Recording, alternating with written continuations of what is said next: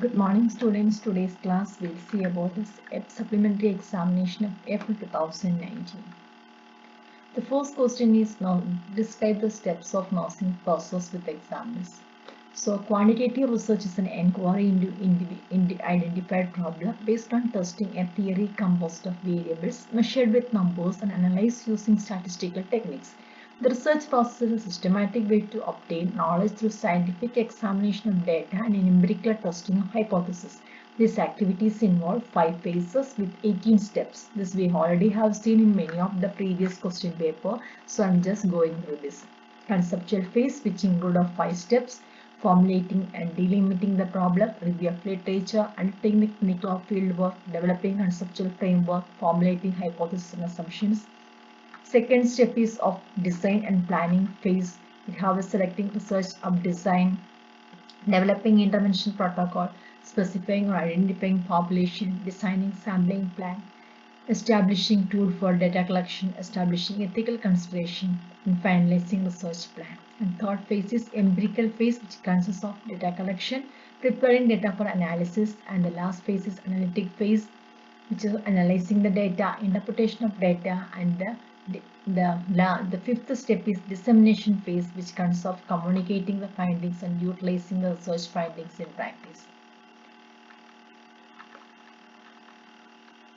In a qualitative research, it places emphasis on providing a comprehensive, holistic understanding of social setting in which the research is conducted. Social life is viewed as involving interlocking of series of events which need to be fully described in order to reflect the reality of everyday life. The steps involved in qualitative research are identify the research problem, formulating broad study objectives, review of literature, entry in the research setting, selecting research approach or the research design, selecting the small samples, establishing ethical considerations, plan tool for data collection and data collection, organizing data for analysis and interpretation of data, disseminating the research findings. Second question is of short note, identification of research problem. Identification of research problem, which is the first step in the research process, is the choice to suitable problem for investigation. The identification of a research problem is difficult but an important phase of entire phase. A beginner researcher finds task of identifying the research problem is difficult one. The reason behind may be limited knowledge of research process, unpreparedness for identifying the problem, unfamiliar with the areas in which research is needed, and procedure he has to follow. Steps in identification of the problem involve selection of the area, that means knowing the field. It is the very first necessary for the researcher to choose a broad field within which he will conduct the study. The field selected should be one in which researcher is capable of demonstrating necessary initiative, originality, and good judgment. A thorough understanding of the non-facts and ideas of the field is most important step in selecting problem for the study. Periodicals and annual biographies are helpful in keeping the researcher informed. The second is selection of a problem. After selecting a broad area, the researcher must narrow it down to a highly specific research problem and must state the specific questions. Sources or origin of the problem include: first is from personal experiences. One of the sources of problem for the research is the daily contact with the professional educator. The classroom teacher is, for example, is a daily contact with the students.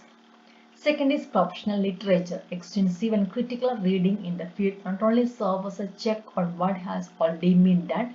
Research-oriented professional journals, which Education Index is the most complete biography for writing in the field of education. Then professional contacts. Idea can also come through association with research-oriented colleagues. Attendance at meeting of associations as American Education Research Association offers another opportunity for association with other professionals who are reporting the research problem. Suggestions. Problems may be selected among suggestions given by educators and research workers. Technological and social changes. Use of hardware and software in classes. The training of teachers through team teaching. Then the third step is delimitation of problem. In this phase, we have to limit the clarify the topic or refine it to make it more easily researchable. Without refinement, it is difficult to take to hold on the problem. According to Whitney, To define a problem means to put a fence around it. To separate it by careful distinctions from like questions found in related situations of need. Next question is critiquing a research problem. Systematic, unbiased, careful examination of all aspects of study to judge the merits, limitations, meaning and significance are based on previous research experience and knowledge of the topic. Importance of research critique include first one is to broaden understanding for use in practice. Second, implementing an evidence-based nursing practice. Encourage nurses to participate in clinical inquiry and provide evidence for use in practice. The purpose of critique involved to assess the students' methodological analytical skills, that means to identify the limitations and the strengths. Then seasoned researchers to help the journal editions write a critique, a guide to the researcher to advance the nursing knowledge and profession. Approaches for critique involve the principles for critiquing to be objective, make comments specific to work you are reviewing, be constructive. Critique should be advisory and constructive nature. And general guidelines for critique involve read the critique and entire study, be objective and realistic, comment on strength and weakness, give specific examples such as alternatives, use positive terms whenever possible and say the positive points first. Avoid vague generalizations of praise and fault findings. Be sensitive in handling negative comment. Evaluate substantive, ethical, methodology, and interpretive and presentational dimensions. The initial critique, what type of study it was conducted, where the study was conducted, where the steps were clearly identified, was a logical flow. Elements of research critique include substantive and theoretical dimension, methodological dimensions, ethical dimensions, interpretive dimensions, presentation and stylistic dimension. This is the best possible means of answering many questions. No single study can provide conclusive evidence. Evidence is accumulated through conduct and evaluation of several studies. Readers who can reflective and thorough critiques of research reports play a role in advancing nursing knowledge. The next question was purpose of review of literature, which we have been seeing in the previous question paper, so I'm just skipping it. So the fifth question is elements of research design. Research design is the framework of research methods and techniques chosen by the researcher. The design allows research to hone on the research methods that are suitable for the subject matter to their success. The impactful research design usually creates minimum bias in data and increases the trust on collected analyzed research information. Research design which produces least margin of error in the experimental research can be touted as the best. Essential elements of research design are: first, accurate purpose statement of research design. Second, techniques to be implemented for collecting details of research. Method applied for analyzing collected details. Type of research methodology. Probable objections for research. Settings for research study. And timeline. Measurement of analysis. Research design characteristic: neutrality. Research design should be free from bias and should be neutral. Reliability, validity, and generalization. It should be able to generalize to the population. The sixth question is levels of data. In statistics, the variables or numbers are defined and categorized using different levels of scales of measurement. Each level of measurement specific property that determine various use of statistical analysis. There are four types of levels of measurements. They are nominal, ordinal, interval, and ratio scale. This we have been seen in the previous question papers. The nominal scale is the first level of measurements. Characteristic is it is classified two or more categories. For example, in case of gender, we can say it is a male or female. So it means whether you are married, divorced, or unmarried. So that is the absolute terms. So that is known as the nominal. That's your gender. Then ordinal. Ordinal means second level of measurements. That means it can be grouped and named and ranked. So the characteristic interval properties are known. For example, the rank of the students in the class. It may be first rank, second rank, third rank, etc. Rating in the restaurant.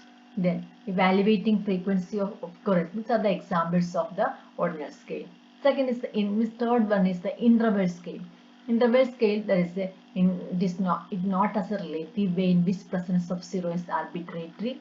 It allows calculating mean and median of the variables. For example, Likert scale, net promoter score, and bipolar matrix table, which all considered as the interval scale. And the fourth level of measurement is known as the ratio scale. Here we have the absolute point of zero. Characteristic of ratio scale, it have absolute zero. It does not have negative numbers because 0 point is a feature. It affords unique properties for statistical analysis like median, mode can be calculated. For example, the weight in kg. So what is your weight? It may be less than 55, 55 to 75, 76 to 85, 86 to 95, more than 95. So here is the zero is arbitrary. That means something which is weight zero. That means it have no weight at all. The seventh question is tabulation and classification of data. Kerner defined the classification as process of arranging things in groups or classes according to the resemblance in affinities and give expression to the unity of attribute that may subsist among the diversity of the individuals.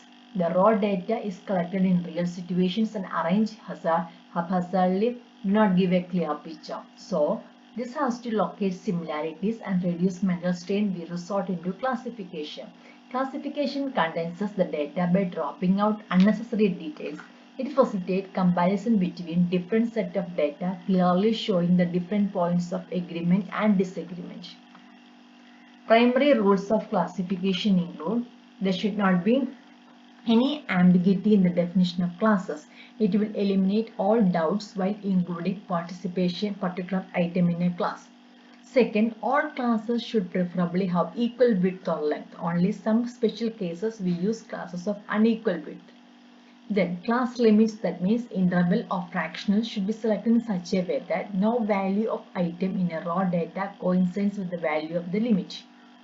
The number of classes should be preferably between 10 and 20, that is neither too large or too small.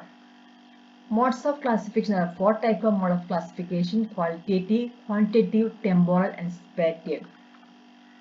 Tabulation may be defined as systematic presentation of numerical data in rows or columns according to certain characteristics. It expresses the data in concise, attractive form which can be easily understood and used for compare numerical figures. The advantage of tabular presentation over textual presentation are it is concise, there is no repetition or explanatory matter, comparisons can be made easily, important features can be highlighted, and errors in the data can be detected.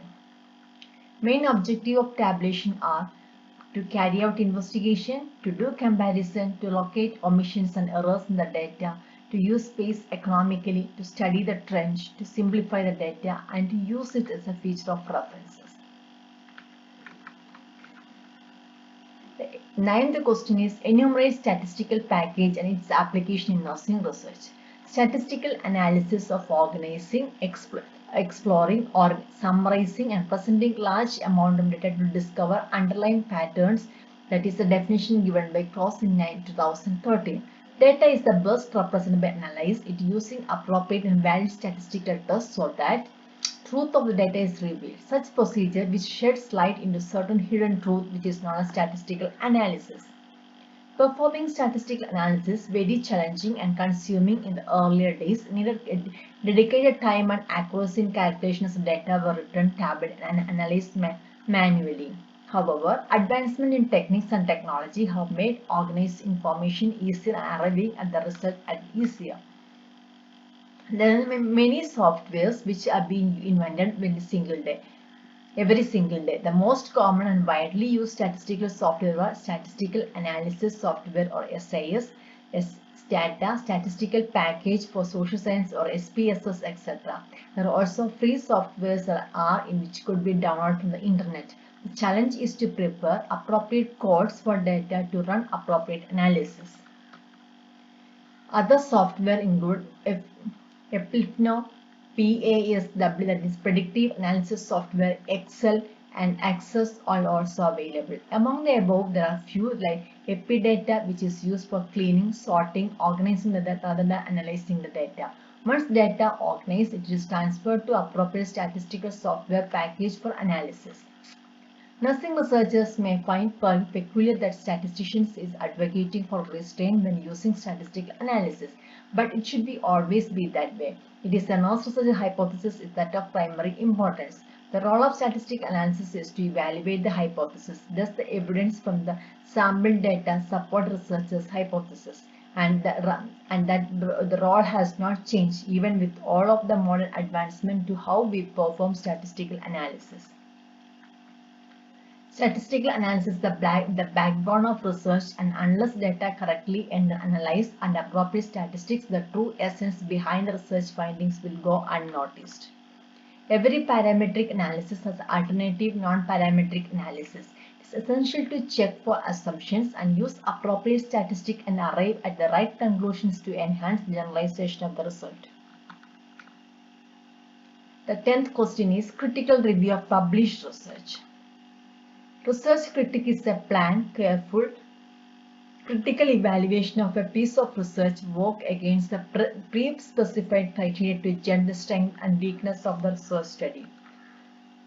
Critics should be balanced, where alternative suggestions must be provided to further enforce the strength and eliminate the weakness of the study to improve overall quality of the research project. The purpose includes to provide inputs regarding the strength and weakness of a study to the researchers, to provide suggestions to students regarding the methodological flaws in the research project, and also to evaluate understanding of research by students, to judge scientific merits of the study, to take decisions whether to publish a study in a journal or not. Guidelines in writing research critique include: read and understand the research report carefully, carry out the critical appraisal of all aspects of research report before writing critique of research report, avoid general vague statements, be objective and sensitive while framing the negative comments, and be practical by considering all the limitations of the research. Keep a balanced approach in research critique by presenting both strong and weak points of report, because certainly no report without any negative aspect. Positive and negative points must be supported with examples to make clear stand about the strength and weakness of the research report. Critique of the study background. Objectives, hypothesis, conceptual framework, literature review, research design, sample and sampling technique, data collection method and tools, ethical consideration, analysis of data, interpretation and discussion of data, conclusion, recommendations, references, analysis and synthesizing information. Characteristic of a true experimental design. The main characteristics are manipulation. It refers to conscious control of the independent variable by researcher through treatment or interventions to observe its effect on independent variable. Control. It refers to the use of control group and controlling the effects of extraneous variable in which the researcher is interested. Randomization. It means that every subject have equal chance of being assigned to an experimental or control group. Randomization is used in true experimental research designed to minimize the threat of internal validity of the study and to eliminate the effect of extraneous variables on dependent variable. Differentiate between historical and experimental research. Experimental research is an objective, systematic, controlled investigation for the purpose of predicting and controlling phenomena and examining probability and causality among the selected variables. The simplest experimental design includes two variables, two groups of participants. Historical research involving analysis of events that have occurred in the remote past or recent past. Historical research can show patterns that occurred in the past and over time, which can help us to see where we came from and what kinds of solutions we have used in the past. Understanding this can add perspective on how we examine current events and educational practices. Nominal and ordinal variables. Nominal variables differentiated by their nomenclature and none of other factor. Ordinal variables naturally occurring order present between them. Difference between the variables is unknown. The key differentiation: these variables cannot be ordered. The variables of this scale is distinct. Nominal data is not quantifiable. Numbers assigned to variables of the scale. No arithmetic calculation can be done on these variables. This difference between variables cannot be calculated. For example, sex, marital status, religion, and race in case of nominal and ordinal, rank in the class test, customer satisfaction rating, and socioeconomic status. Sample and sampling. Sample is a subset of population. A research hopes to obtain sample that represent population. At least the variables of interest of issue can be examined. The process of selecting sample is known as sampling. The main two methods are probability sampling and non-probability sampling. Questionnaire and rating scale. Questionnaire is a set of predetermined questions for respondents that serve as research instrument by survey research. It is a cost-effective method, easy to construct and analysis. The reduced bias as the interviewer is not present. But in case of rating scale, it's a measuring instrument that requires a rater or observer to assign rater object to categories or continua that have numerals assigned to them. Rating scale is a measuring instrument that requires a rater or observer to assign a rater object to categorize them. It is difficult to fix up with the rating. The stands for subjective evaluation, thus the scales may be unscientific and unreliable. Difference between primary and secondary data. Primary data are those who are collected for the first time. These are original because they are collected for the investigator for the first time. They are in the form of raw materials. Some more reliable and suitable for inquiry. No particular precautions for editing is required while using primary data, and collecting primary data is quite expensive both in terms of time and money. But in case of secondary data, it refers to those data that already been collected by someone else, the original because someone else has collected it. They are finished form, they are less reliable and less suitable.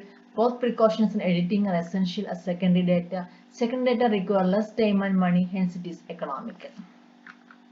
Thank you for listening.